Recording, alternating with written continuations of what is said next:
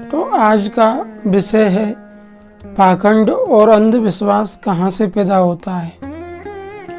देखिए, एक जो सामान्य मनुष्य है वो कितना भी सुंदर हो, रूपवान हो, बीटेक, एमटेक, आईआईटी कुछ भी किया हो, लेकिन धर्म के विषय में आत्मज्ञान और विवेक शक्ति के अभाव में वह भ्रमित चेतना, भ्रमित बुद्धि से युक्त व्यक्ति है।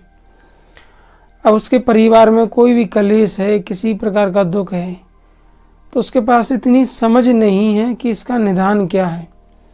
अब वह व्यक्ति तांत्रिकों के पास जाता है, ज्योतिषियों के पास जाता है, वो भारी मात्रा में 30 लाख 40 लाख रुपया उससे ले लेते हैं, और जो भी उसकी समस्या हो क्या वो दूर हो पाती है।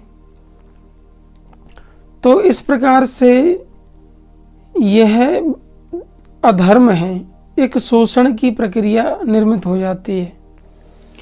देखिए, धर्म क्या है? धर्म है आत्मज्ञान, आत्मबोध, विवेक शक्ति का होना। विवेक शक्ति ये कहती है कि आपके शरीर में रोग है तो रोग के पीछे कारण है, उस कारण को दूर करिए। आप डॉक्टर के पास जाइए, दवाई लो, चिकित्सा लो, आपको आराम हो जाएगा। कुछ बीमारियों में संभवतः आराम ना भी हो। तो कहने का मतलब है कि हमारा जो देश है भारत, हिमालय से लेकर दक्षिण भारत तक ग्रामीण लोगों की अपनी रूढ़ियाँ हैं, कुरीतियाँ हैं। जो पढ़े लिखे लोग हैं वो ज्योतिषियों के पास जाते हैं या इंग्लिश स्पीकिंग बाबा। तो कहने का मतलब है कि विवेक शक्ति नहीं है व्यक्ति के पास, सोच नहीं है, अंधश्रद्धा, अंधविश्वास, कुरीतियाँ, रूढ़ियों से ग्रसित मानसिकता है। अब मान लीजिए कि आपके सर में दर्द है, आप किसी तांत्रिक के पास गए और उसने कहा कि 1 लोटा पानी तुलसी में चढ़ा दोगे तो सर दर्द दूर हो जाएगा। आपने ऐसा किया और मान ही लेते हैं कि आपका सर दर्द दूर हो गया। तो इसके पीछे साइंटिफिक रीजन क्या है? क्या वहाँ जाने से आपका सर दर्द दूर हुआ? तो कहने का मतलब है कि हमारे देश में रूढ़ियाँ, कुरीतियाँ बहुत हैं, कुप्रथाएं हैं, अंधविश्वास है। किसी ने कुछ भी कहा, आपने मान लिया। आपको प्रश्न करने का अधिकार है, तर्क करने का अधिकार है, विचार करने का अधिकार है। और यही अंधविश्वास, अंधश्रद्धा आपके शोषण का आधार बन जाता है। तो इस वीडियो में हम अंधविश्वास, अंधश्रद्धा पर बात करते हैं। देखिए, ये जो आपका शरीर है, कभी बच्चा था, युवा हुआ, वृद्ध हो जाएगा, फिर इसकी मृत्यु हो जाएगी। इस शरीर में जो आपका मन है, मन का ज्ञान ही आपके जीवन का दुख का कारण है।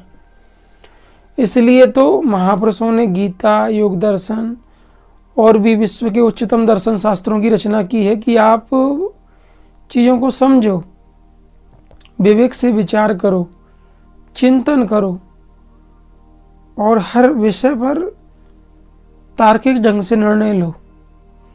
आंख मूंछ करके किसी पर भी विश्वास कर लेना तर्क संगत नहीं है।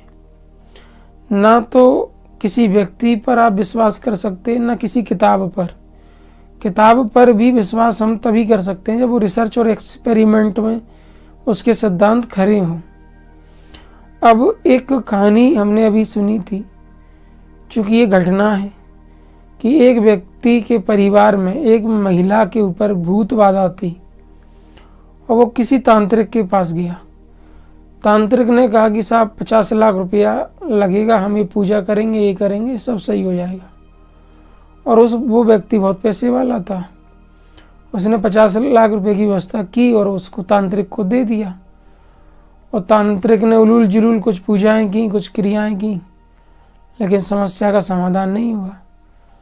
फिर उस व्यक्ति ने जाके ज्योतिष को दिखाया, फिर ज्योतिष ने कुछ और बता दिया। तो इस प्रकार से व्यक्ति का शोषण होता है, हो रहा है। तो आपको आंख बंद करके किसी भी व्यक्ति पर विश्वास नहीं करना है। मान लीजिए किसी को भूत प्रेत की बाधा है, कोई शारीरिक बीमारी है, तो आप किसी अच्छे डॉक्टर को दिखाइए। और आप भागवत गीता पढ़िए। किताबों में, धर्म की किताबों में जो मंत्र जाप होते हैं वो बोध है। देखिए, अध्यात्म का अर्थ ही है बोध, गहन चेतना, तत्व विषयक बोध। अब आप कोई भी मंत्र का जाप कर रहे हैं, ओम राम, इसके पीछे का जो अर्थ है, बोध है, उसका आपको पता नहीं है, बस आप जपे जा रहे हो। अब ओम भूर्भुवस्सुवः तस्मात्तुर्वरेण्यं भर्गो देवस्य धीमहि धियो यो न प्रचोदयात्, यह महामृत्युंजय मंत्र है। तो मंत्रों की रचना ऋषियों ने की थी बोध के लिए। आपका सबसे बड़ा शत्रु आपके अंतर मन में है अहंकार और अज्ञान, और अज्ञान के कारण ही ये संसार आपका शोषण करता है, या लोग आपका शोषण करते हैं, या ये तथाकथित ढोंगी साधु संत या बाबा आपका शोषण करते हैं। तो आपको यहाँ ये समझना है कि सत्य क्या है। सत्य है आत्मज्ञान, सत्य है मुक्ति, सत्य है धर्म, और वो बहुत सहज है, स्वाभाविक है। आप ध्यान में बैठिए, अपने मन को परमात्मा के जप में, ध्यान में, चिंतन में लगाइए। मन निर्मल होगा, मन शांत होगा, आपको केवल ज्ञान, विवेक शक्ति और मुक्ति प्राप्त हो जाएगी। लेकिन अंधकार और आडंबर और पाखंड में वो लोग फंसे हैं जो बहुत अशिक्षित हैं, और वो लोग भी फंसे हैं जो शहर वर्ग के लोग हैं, थोड़े शिक्षित हैं, और वो लोग भी इस आडंबर में फंसे हुए हैं जो IIT BTech MTech किए हुए हैं। तो हम ये कहना चाहते हैं कि आंख मूछ के आप किसी क्रिया पर, किसी मूर्ति पर, किसी किताब पर, व्यक्ति पर कैसे ट्रस्ट कर सकते हो। यदि आपके जीवन में कोई समस्या ना हो तो इन चीज़ों की ज़रूरत ही ना पड़े। समस्या कुछ होती है तो समाधान के लिए आप भटकते हो, लेकिन इसकी क्या गारंटी है कि किसी समस्या का यही समाधान है। मान लेते हैं जनसंख्या वृद्धि से पॉपुलेशन प्रॉब्लम और पॉल्यूशन प्रॉब्लम इंडिया में हो रही है। अब जनसंख्या इतनी बढ़ जाती है कि संसाधन कम पड़ गई, तो इसमें आप तांत्रिक के पास जाएंगे तो क्या वो समाधान दे देगा, या आप किसी ज्योतिष के पास जाएं। जो मूल प्रॉब्लम है वो जनसंख्या वृद्धि है, उसको नियंत्रित करिए, उसके लिए कानून ले आइए, समस्या का समाधान हो जाएगा। तो अंधविश्वास, अंधश्रद्धा का निर्माण होता ही है अज्ञान से। इसलिए किताबें पढ़िए, ध्यान करिए, चिंतनशील बनिए, विवेकशील बनिए। किसी भी काम को करने से पहले विवेक से विचार करिए। काम को करने से मतलब है कि मान लीजिए आप केदारनाथ की यात्रा पर जा रहे हो और बरसात का समय है, तो यहाँ विवेक ये करना है कि बरसात में रास्ते खराब हो जाते हैं, रास्ते टूट जाते हैं, गौरीकुंड से केदारनाथ का रास्ता ब्लॉक हो जाता है, आपदाओं के कारण कई बार लोगों की डेथ हो जाती है। तो इन सारी चीज़ों पर विवेक करके विचार करिए कि जाना उत्तम होगा या नहीं। तो इस प्रकार कोई भी आप काम कर रहे हैं तो उस पर विवेक करिए, विवेक से चिंतन करिए, विचार करिए। भगवान बुद्ध ने कहा मानो मति जानो, सत्य को मानो मति, किताबों से, सिद्धांत से, सत्संग से, किसी व्यक्ति विशेष के कहने से स्वयं जानो, विवेकशील बनो, विचारवान बनो, चिंतनशील बनो। जब आप किसी भी विषय पर, किसी भी मुद्दे पर गहन मनन चिंतन करेंगे तो आपकी बुद्धि में सत्य का प्रकाश प्रकाशित होगा और आप सत्य को जानने में सक्षम होंगे। अंधश्रद्धा का अर्थ है कि बिना सोचे समझे किसी व्यक्ति को आपने ईश्वर मान लिया, किसी मूर्ति को ईश्वर मान लिया, किसी स्थान को या किताब को आपने विचार किया कि ऑब्जर्व यूनिवर्स, ये अनंत यूनिवर्स इतना बड़ा और विशाल और व्यापक है कि इसको धर्म और विज्ञान मिलकर भी इसका रहस्य नहीं जान सकते। और यदि ईश्वर ने इसकी रचना की है तो वो कितना रहस्यमय होगा, कितना मिस्टीरियस होगा। तो विचार करो, विवेकवान बनो, चिंतनशील बनो। आँख मूछ करके या अंधश्रद्धा, अंधविश्वास के साथ किसी पर भी विश्वास कर लेना, ये बुद्धिमानी तो नहीं है। तो कहने का मतलब है कि विषय कुछ भी हो, आपका जो मन है वही आपका सबसे बड़ा शत्रु है।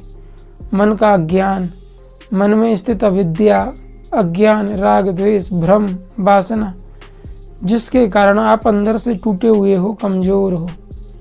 और जो अंदर से चेतना के तल पर, मन के तल पर भ्रमित है, अज्ञानी है, उस व्यक्ति का समाज में शोषण ही होता है। कि शारीरिक हो, मानसिक हो, आध्यात्मिक हो, भौतिक हो।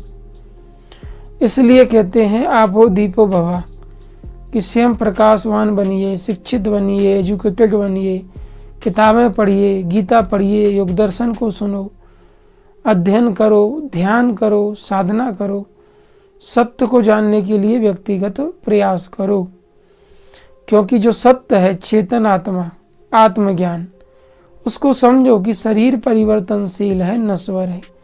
इंद्रियों के विषय शब्द, स्पर्श, रूप, रस, गंध भी परिवर्तनशील है, नश्वर है। मन, बुद्धि, चित्त, अहंकार भी परिवर्तनशील, नश्वर है। इसलिए भगवान बुद्ध ने इस सबको अनात्मा कहा। इस मन में जो 3 गुण हैं, सात्विक, राजस, तामस, ये भी परिवर्तनशील हैं। इन सब का जो साक्षी है, जो चेतन है, चेतन वो शक्ति है जिससे आंख दृश्य देखती है, कान ध्वनि सुनते हैं, त्वचा स्पर्श करती है, जीवा स्वाद का अनुभव करती है, उसे आत्मा या परमात्मा कहते हैं। और उसी को जान करके शांति, मुक्ति, केवल ज्ञान प्राप्त होता है।